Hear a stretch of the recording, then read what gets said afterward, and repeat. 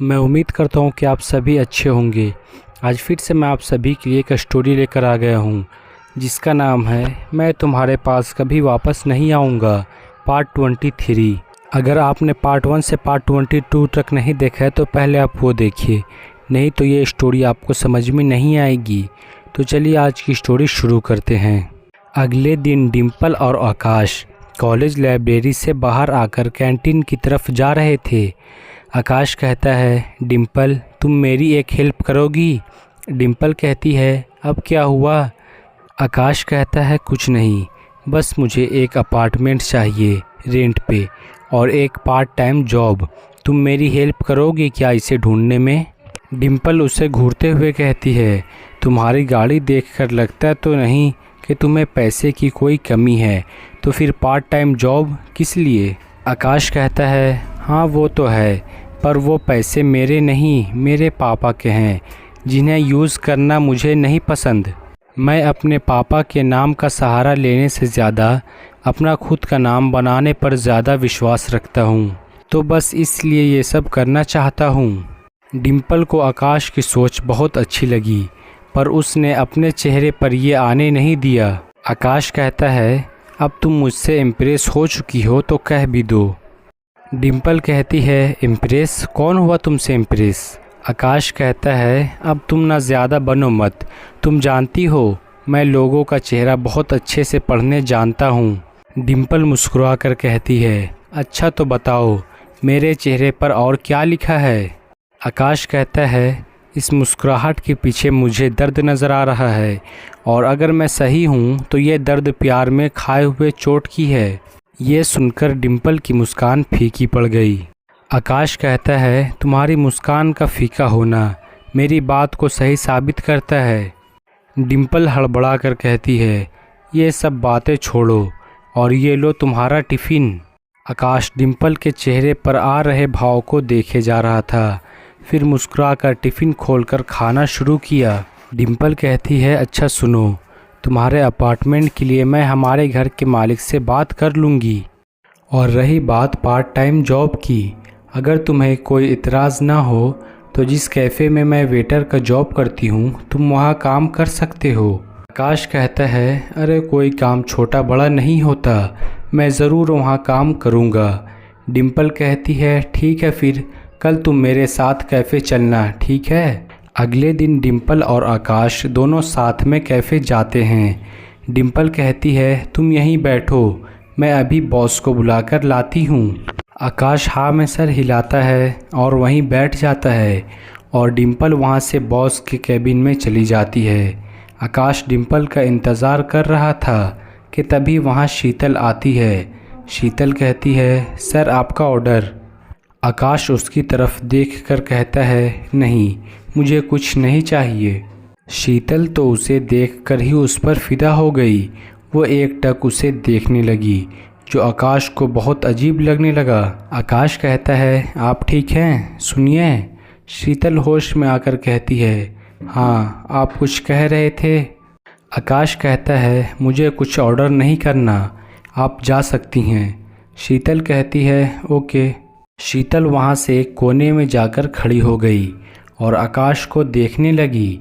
तभी वहाँ डिम्पल बॉस के साथ आती है, जिसे देखते ही आकाश अपनी जगह से खड़ा हो जाता है। डिम्पल कहती है, बॉस यही है वो जिसके बारे में मैं आपसे कह रही थी। आकाश कहता है, हेलो सर। बॉस कहते हैं, हेलो। डिम्पल ने मुझे तुम्हारे बारे में सब कुछ बता दिया है, ठीक है तुम कल से काम पर आ सकते हो। आकाश कहता है, थैंक यू सर। बॉस वहाँ से चले गए, जिसके तुरंत बाद ही आकाश डिम्पल को गले लगा लेता है, जिसके एक पल को डिम्पल हैरान हो जाती है। वहीं थोड़ी दूर खड़ी शीतल को ये सब देखकर बहुत बुरा लग रहा था। आकाश कहता है, थैंक यू डिम्पल मेरी इतनी मदद करने के लिए। डिम्पल कहती है, तुमने ही तो कहा था हम दोस्त हैं, तो दोस्ती के लिए इतना तो बनता है। आकाश कहता है, चलो इसी बात पर घूमने चलते हैं। डिम्पल कहती है, ठीक है पर कहाँ? आकाश कहता है, वो तुम मुझ पर छोड़ दो। आकाश डिम्पल को अपने साथ ले जाता है। शीतल वहीं खड़े होकर उन दोनों को जाते हुए देखे जा रही थी। तभी श्वेता वहाँ आती है और शीतल को ऐसे वहाँ खड़े देख उसे बहुत अजीब लगा। श्वेता कहती है, शीतल तुम यहाँ ऐसे क्यों खड़ी हो? शीतल कहती है, श्वेता ये डिम्पल के साथ वो लड़का कौन था?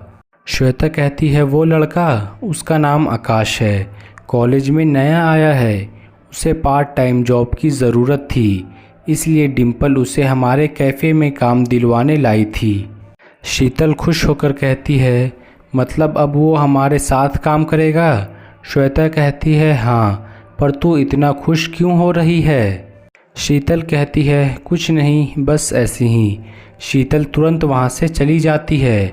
श्वेता कहती है, इसे क्या हुआ? दूसरी तरफ आकाश डिम्पल को लेकर एक पार्क में आया था। वहाँ दोनों साथ में बहुत मस्ती कर रहे थे। दोनों को वहाँ पर शाम हो गई। डिम्पल कहती है, आज तो मैंने बहुत मज़े किए, थैंक यू आकाश, लेकिन अब बहुत देर हो गई है, हमें चलना चाहिए।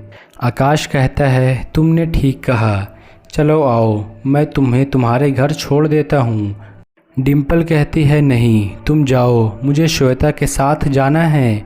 आकाश कहता है, तो फिर मैं तुम्हें कैफ़े छोड़ देता हूँ। डिम्पल कहती है, अरे बाबा तुम जाओ, मैं चली जाऊँगी। आकाश कहता है, अच्छा ठीक है, कल मिलते हैं। डिम्पल कहती है, ओके बाय। आकाश वहाँ से चला जाता है और डिम्पल वहाँ से पैदल कैफ़े जाने लगती है। तभी उसे एक बेंच में बैठा सिद्धार्थ नज़र आया, जो बहुत उदास लग रहा था। सिद्धार्थ को उदास देख डिम्पल की मुस्कान वापस चली गई। वो सिद्धार्थ से थोड़ी दूर जाकर सिद्धार्थ को देखने लगी। वहीं सिद्धार्थ सर झुकाए आज जो कुछ भी हुआ उसके बारे में सोचने लगा। सुबह के समय सिद्धार्थ डाइनिंग टेबल पर बैठकर शांति से खाना खा रहा था। गोमती भी वहीं पर बैठी माला जप रही थी। तभी महेंद्र जी वहाँ पर गुस्से से आते हैं। महेंद्र जी कहते हैं, सिद्धार्थ मैं ये सब क्या सुन रहा हूँ? तुमने कॉलेज में अब मारपीट भी शुरू कर दी है। तुम कोई गुंडे या लोफर हो क्या? पूनम जी कहती हैं, ये आप क्या कह रहे हैं? महेंद्र जी कहते हैं, मुझे आज खन्ना भाई साहब मिले, जिसके बेटे को कुछ दिन पहले बहुत बुरी तरह से मारा था। पूनम जी कहती हैं, सिद्धार्थ ये सब क्या है? सिद्धार्थ कहता है, माँ मैंने कुछ गलत नहीं किया, राज डिम्पल के बारे में उल्टा सीधा बोल रहा था। महेंद्र जी चिल्लाकर कहते हैं, डिम्पल के अलावा तुम्हें कोई दिखाई क्यों नहीं देता? क्या मेरी बातें तुम्हारे लिए कोई मायने नहीं रखती? मैंने तुमसे कहा था ना उस लड़की से दूर रहो, फिर ये सब किस लिए? मुझे समझ नहीं आता ये लड़का मुझे कब चैन से रहने देगा। महेंद्र जी की सांस फूलने लगी और वो लड़खड़ाकर गिरने लगे, जिसे देख सिद्धार्थ और पूनम जी दोनों घबरा गए। दोनों तुरंत उन्हें संभालने के लिए आगे बढ़ते हैं, पर महेंद्र जी सिद्धार्थ को पीछे ढकेल देते हैं, जिससे सिद्धार्थ को बहुत बुरा लगता है। पूनम जी महेंद्र जी को पानी पिलाती हैं, जिससे उन्हें थोड़ा आराम मिलता है। गोमती जी कहती हैं, ये लड़का तो इस परिवार को ख़त्म करके ही मानेगा। क्या रे, जन्म के समय अपनी माँ को मारकर चैन नहीं मिला? जो अब बार बार अपने पिता को परेशान कर रहा है, उन्हें भी मारना चाहता है क्या? सिद्धार्थ कहता है, आप अपनी बकवास बंद कीजिए। पूनम जी कहती हैं, बस बहुत हुआ सिद्धार्थ, अब तुम एक शब्द नहीं कहोगे। सिद्धार्थ कहता है, पर माँ। पूनम जी कहती हैं, क्या माँ? मैं तुम्हें समझा कर थक गई हूँ। उस लड़की से दूर रहो, तेरे पापा को ये सब पसंद नहीं, लेकिन तूने मेरी एक भी नहीं सुनी। देख तेरे पापा की आज क्या हालत हो गई। तू जा यहाँ से, मैं तेरे आगे हाथ जोड़ती हूँ, अभी के लिए जा यहाँ से। सिद्धार्थ वहाँ से चला जाता है और पूरा दिन उसी बेंच पर उदास बैठकर बिता देता है। सिद्धार्थ कहता है, मैं थक गया हूँ इन सब से, मैं चाहे कुछ भी कर लूँ, लेकिन डैड मुझे अपना बेटा नहीं मानेंगे, और आज माँ भी मुझसे नाराज़ हो गई है। मैं बिल्कुल अकेला हूँ, मुझे समझ नहीं आता मैं क्या करूँ। दिल तो करता है अपनी जान दे दूँ, ऐसे भी क्या ख्वाहिश है मेरी।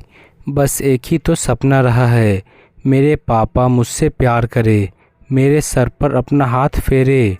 क्या ये इतना मुश्किल है? सिर्फ डिम्पल से दोस्ती की, उसके लिए वो ऐसे रिएक्ट कर रहे हैं। और वो सब जो मैं बचपन से उनसे प्यार पाने के लिए जो किया, वो उन्हें दिखाई क्यों नहीं देता?